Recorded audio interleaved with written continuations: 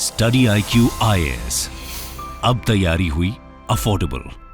नमस्कार दोस्तों, क्या आपको याद है पिछले महीने अमेरिका की हर एक मीडिया हाउसेस के द्वारा यह बताया जा रहा था कि रशिया कुछ बड़ा प्लान कर रहा है। रशिया न्यूक्लियर वेपन जो है वो स्पेस में लगाना चाह रहा है ताकि वो अमेरिका को टारगेट कर सके। लेकिन मैं आपको बता दूं, यहां पर जो लेटेस्ट खबर आई है वो ये बताया गया है रशिया की तरफ से कि वो चाइना के साथ मिलकर एक न्यूक्लियर पावर प्लांट चांद पर लगाएगा। यह आप खबर देख सकते हो, nuclear plant on moon by 2035, Russia sets ambitious target to colonise lunar surface with the help of China. और इसके बारे में हम डिटेल से जानेंगे कि आखिरकार ऐसा क्यों कर रहा है, मतलब इसकी जरूरत क्यों पड़ी, और इससे रिलेटेड काफी सारे फैक्ट्स आपको जानने को मिलेंगे। चलिए आगे बढ़ते हैं, लेकिन उससे पहले ध्यान रखिएगा, आप में से जो भी लोग यूपीएससी की प्रिपरेशन कर रहे हैं, हमारे जो जीएस फाउंडेशन के बैचेस हैं वो आपको स्टडी IQ पर मिल जाएंगे। इसके लिए आपको हमारे वेबसाइट ऐप पर जाना है या फिर कमेंट सेक्शन में भी लिंक है। मैं आपको बता दूं कि ये जो हमारे बैचेस होते हैं इसमें आपको कंप्लीट प्रिपरेशन मिलती है, प्रीलिम्स, मेंस, इंटरव्यू सब कुछ की तैयारी कराई जाती है। बस आपको हमारे वेबसाइट ऐप पर जाइए एंड यूज करिए कोड अंकित लाइव ताकि आपको मैक्सिमम डिस्काउंट मिल जाए। और इसके अलावा अगर आप MCQs अटेम्प्ट करना चाहते हैं तो मेरे इंस्टा पेज पर जा सकते हैं, वहां पर स्टोरीज में जितने भी MCQs हैं उसको आप अटेम्प्ट कर पाएंगे। चलिए शुरुआत करते हैं और सबसे पहले ये देखते हैं कि एग्जैक्टली हुआ क्या है, खबर क्या आई है। खबर यह है कि रशिया और चाइना साथ मिलकर 2033 या 2035 तक जो न्यूक्लियर पावर प्लांट है उसको चांद पर लगाया जाएगा। हम सबको पता है धरती पर तो कई देश जो है न्यूक्लियर पावर प्लांट लगा चुके हैं, लेकिन अब यहां पर चांद पर भी लगाया जाएगा। इसके बारे में बेसिकली जो रशिया के स्पेस एजेंसी रोस्कोमोस, आपको पता होगा, इनके जो हेड हैं यूरी बोरिसोव, उनके द्वारा बताया गया। और उनका यह कहना था कि यह लगाकर एक तरह से आगे फ्यूचर में जो ह्यूमन सेटलमेंट की हम बात करते हैं ना, वो एक तरह से पॉसिबल हो पाएगा। और यह तभी चीज पॉसिबल है जब न्यूक्लियर पावर प्लांट हम वहां पर लगा सकें। और यहां पर जो बोरिसोव हैं, जो कि हेड हैं रशिया के स्पेस एजेंसी के, उन्होंने बताया कि रशिया और चाइना दोनों मिलकर इसको लेकर काम कर रहे हैं। और साथ ही साथ जो रशिया है वो उसकी जो एक्सपर्टाइज है रशिया की न्यूक्लियर स्पेस एनर्जी में, वो चाइना के साथ शेयर करेगा। अब क्वेश्चन यह है कि आखिरकार जो ह्यूमन सेटलमेंट अगर हमें करना है, मान लो चांद पर, ठीक है, अभी वो तो काफी समय है उसको लेकर, लेकिन अगर ये करना है तो आखिरकार न्यूक्लियर पावर प्लांट की ही आवश्यकता क्यों है? क्यों नहीं हम यहां पर सोलर पैनल से काम चला सकते हैं? देखो, इसका सिंपल सा आंसर है, आपको पता ही होगा कि धरती पर जो 14 रातें होती हैं, एक तरह से 14 डेज या फिर 14 नाइट आप कह लीजिए धरती का, वो चांद पर अगर आप देखोगे तो that is equal to 1 day या फिर 1 नाइट, क्योंकि वहां पर 14 दिन तक लगातार आपको जो सूरज की रोशनी है वो देखने को मिलती है और फिर नेक्स्ट 14 डेज जो है वहां पर अंधेरा होता है। और यही चीज हुआ था, अगर आपको याद हो, हमारा जो चंद्रयान 3 का मिशन था, इसमें विक्रम लैंडर और प्रज्ञान रोवर दोनों में ये सोलर पैनल आप देख सकते हो इस तरह से यहां पर लगा हुआ था। लेकिन जो ये वर्क किया लगभग 13-14 दिन, उसके बाद जो रात आई, फिर उसके बाद 14 डेज के बाद जो वापस से सूरज की रोशनी आई, फिर उसके बाद ये काम नहीं कर रहा था। और इसीलिए रशिया का कहना है कि अगर हम फ्यूचर में किसी भी प्रकार का प्लानिंग कर रहे हैं ह्यूमन सेटलमेंट का, तो सोलर पैनल से काम नहीं चलेगा। यहां पर न्यूक्लियर पावर प्लांट की तो आवश्यकता पड़ेगी ही पड़ेगी। फिर इसके साथ साथ यहां पर आप ये भी देख सकते हो, रशिया का कहना है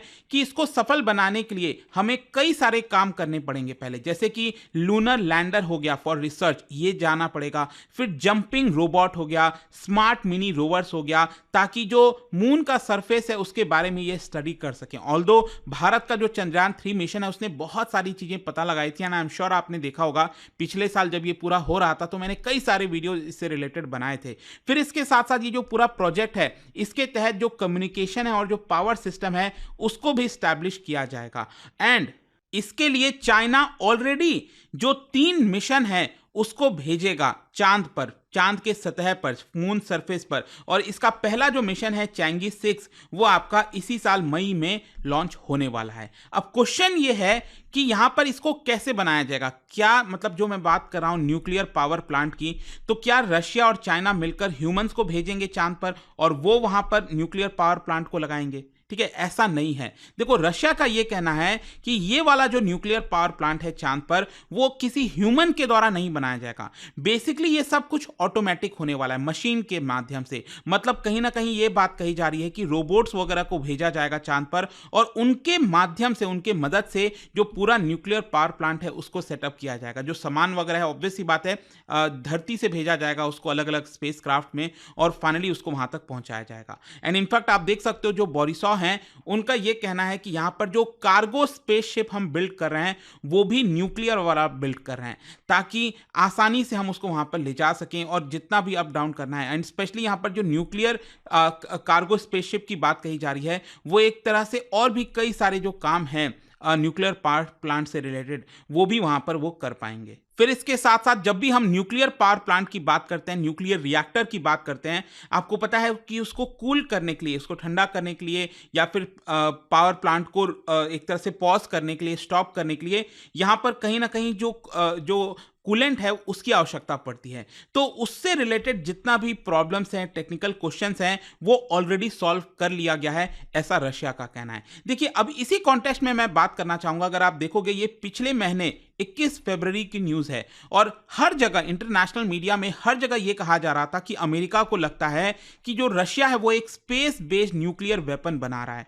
बेसिकली खबर यह चलाई जा रही थी कि एक ऐसा वेपन बना रहा है रशिया, न्यूक्लियर वाला, स्पेस में उसको भेजा जाएगा, जिसके माध्यम से जो सैटेलाइट्स वगैरह हैं उसको टारगेट किया जा सके। देखिए, आज के डेट में स्पेशली डेवलप्ड कंट्रीज का, और या फिर डेवलपिंग भी बात करें, जैसे भारत हो गया, हमारे बहुत सारे सैटेलाइट्स हैं वहां पर, और एक तरह से लाइफलाइन बन गया है, चाहे जीपीएस सिग्नल चाहिए, बहुत सारी चीजें। तो क्या है कि आज के डेट में अगर किसी को, किसी देश को डिस्ट्रॉय करना है, तो धरती के अलावा एक और जो जगह है वो है आपका स्पेस। वो एक बहुत बड़ा जंग का मैदान बनते जा रहा है धीरे धीरे। तो इसी की वजह से यहां पर डर था अमेरिका का कि क्या रशिया किसी प्रकार का स्पेस में न्यूक्लियर वेपन बना रहा है, जिससे वो उनके सैटेलाइट्स को टारगेट कर पाएगा। लेकिन जब ये खबर आई तो रशिया के ऑफिशियल्स और साथ ही साथ जो प्रेसिडेंट है रशिया के व्लादिमीर पुतिन, उन्होंने इसको सिरे से नकार दिया। उन्होंने कहा है कि जो भी क्लेम किया जा रहा है कि हम वेपन भेज रहे हैं स्पेस में न्यूक्लियर वाला, ये एक तरह से बोगस है। इनफैक्ट रशिया के जो स्पेस एजेंसी के हेड हैं बोरिसॉव, उन्होंने भी इस चीज को कहा और बताया कि यहां पर न्यूक्लियर वेपन भेजने की बात जो कही जा रही है वो बिल्कुल भी सच नहीं है।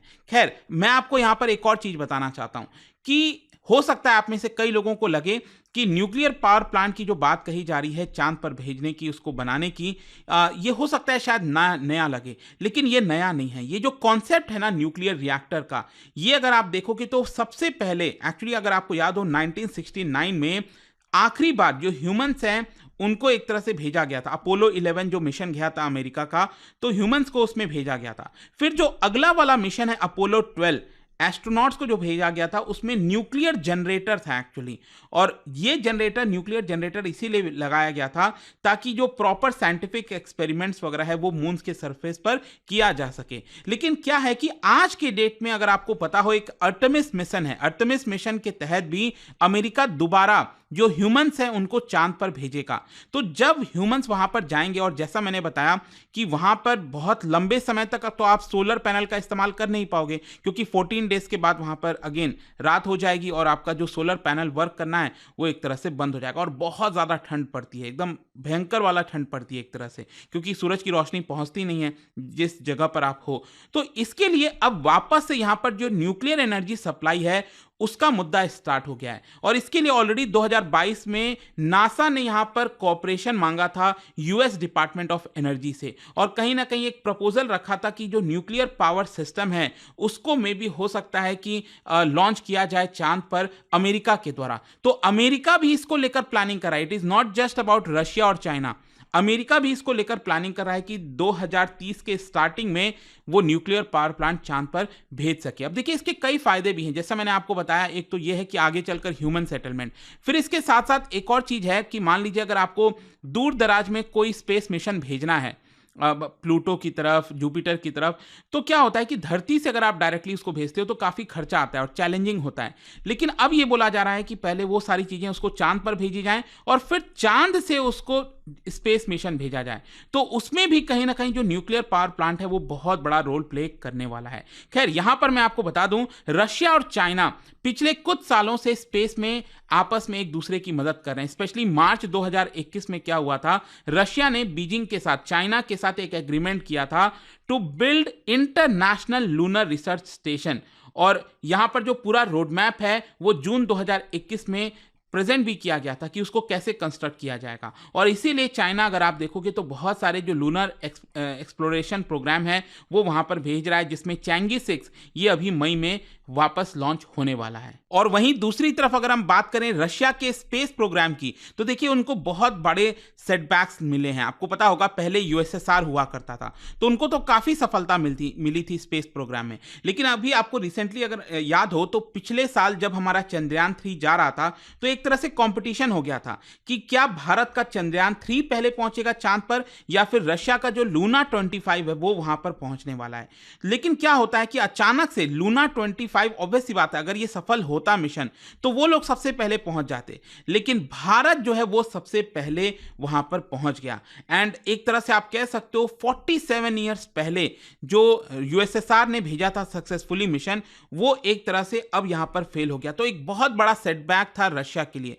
तो कहीं ना कहीं आप यहां पर यह समझिए कि रशिया अपना जो न्यूक्लियर एनर्जी का एक्सपीरियंस है वो चाइना के साथ शेयर करेगा, और चाइना की जो आज के डेट में एक्सपर्टाइज हो गई है मिशंस वगैरह को भेजने की चांद पर, वो उसका दोनों का इस्तेमाल करके ये लोग न्यूक्लियर प्लांट चांद पर बनाएंगे 2035 तक। देखते हैं आगे क्या होता है। और जाने से पहले एक इंटरेस्टिंग क्वेश्चन, क्या आप बता सकते हैं, देखो बहुत ही इंटरेस्टिंग है, आपके एग्जाम में डेफिनेटली आ सकता है, इनमें से कौन सा वो पर्टिकुलर चीज है जो कि आपको चंद्रयान 3 में देखने को मिलता है लेकिन चंद्रयान 2 में वो नहीं था? यह आपको बताना है इन चारों में से। इसका राइट आंसर आप सबको पता है, मेरे इंस्टाग्राम पर तो मिलेगा ही, वहां पर अगर आप नहीं हो कोई बात नहीं, टेलीग्राम से ले सकते हैं इसका सही उत्तर। मैं कई सारे जो एमसीक्यूज हैं वो यहां पर स्टोरीज में डालता रहता हूं। अगर आपको पीडीएफ चाहिए तो टेलीग्राम पर आइए, अलग अलग सोशल मीडिया पर आप जुड़ पाओगे। और जैसा मैंने आपको बताया, अगर आप यूपीएससी की तैयारी कर रहे हैं, कोई भी बैच चाहते हैं, you can just use this code Ankit live ताकि आपको मैक्सिमम डिस्काउंट मिल जाए। आई होप कि वीडियो आपको पसंद आया होगा। मिलता हूं आपसे नेक्स्ट टाइम।